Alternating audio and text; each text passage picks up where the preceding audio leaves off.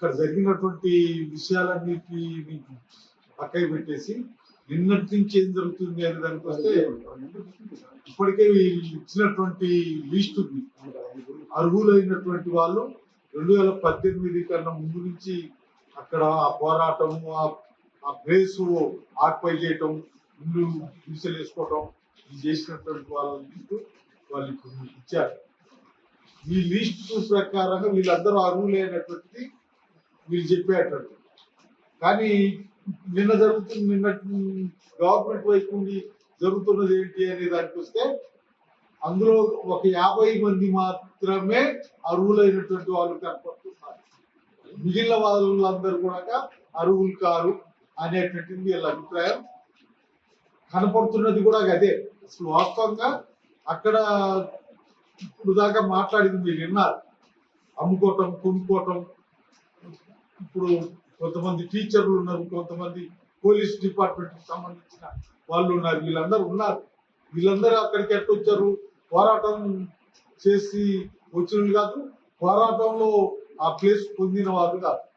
వాళ్ళందరూ కూడా ఇక్కడ ఎవడో ఒక బ్యాచ్ ఉండి ఉండలేక వెళ్ళిపోయినటువంటి వాళ్ళు, యాదవుల కోసం పోరాడి ప్లేస్ స్వాధీనం చేసుకుంటే ఆడు ఉండలేక వెళ్ళిపోయిన వాళ్ళు, లేకపోతే ఇంటికి ఏదైనా పని నుండి బయటకు పోయిన వాళ్ళు, వీళ్ళని పక్కకి పెట్టేసి ఇటువంటి వాళ్ళందరినీ డబ్బులు తీసుకొని అమ్ముకోవటం మొదలు పెట్టారు. అదంతా చాలా కథ నడిచింది.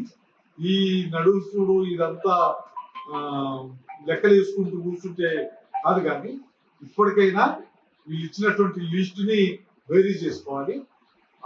మేము మా డిమాండ్, ఆ ఇల్లు కట్టిన వాళ్ళు నిన్న కవిత గారు అంటుంది 30-40 లక్షలు పెట్టి ఇల్లు కట్టుకుంటే కూల కొట్టారు కదా, ఇప్పుడు 5 లక్షలతో ఇల్లు కట్టి పెడితే సరిపోతుందా అంటుంది. 40 లక్షలు 50 లక్షలు ఇస్తారా? 40 లక్షలు 50 లక్షల వాళ్ళకి నష్టపరిహారం ఇవ్వాలా అనేటువంటి విషయం కరెక్టేనా అని లేకపోతే నిజంగానే ముందు కాదు అక్కడ దాన్ని అమ్మినోడు, దాన్ని కొన్నోడు బయటపడాలి, అమ్మినోడు బయటపడాలి.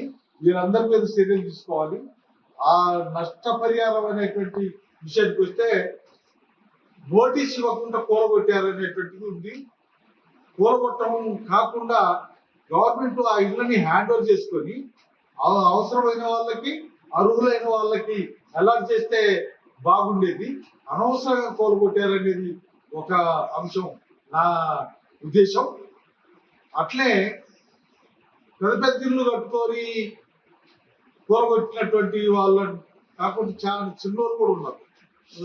గుర్తు చేసుకున్న తర్వాత అక్కడ ఇంత స్థలం ఉంటే దాన్ని అమ్ముకొని, లేదు భార్య ఒంటి మీదనో వాడి ఒంటి మీదనో ఇంత సొమ్ము ఉంటే దాన్ని అమ్ముకొని కట్టుకున్నటువంటి ఇల్లు వాటికి ఇల్లు ఇవ్వాలి, నష్టపరిహారం ఇవ్వాలి. ఇప్పుడు గవర్నమెంట్ ఇచ్చే ఇందిరమ్మ ఇల్లు 5 లక్షలు అంటున్నారు కదా, అదే కాకుండా ఆ ఇంటి విలువని లెక్కేసి నష్టపరిహారం కూడా ఇచ్చి ఆ బెనిఫిషరీని ని ఆదుకోవాలి.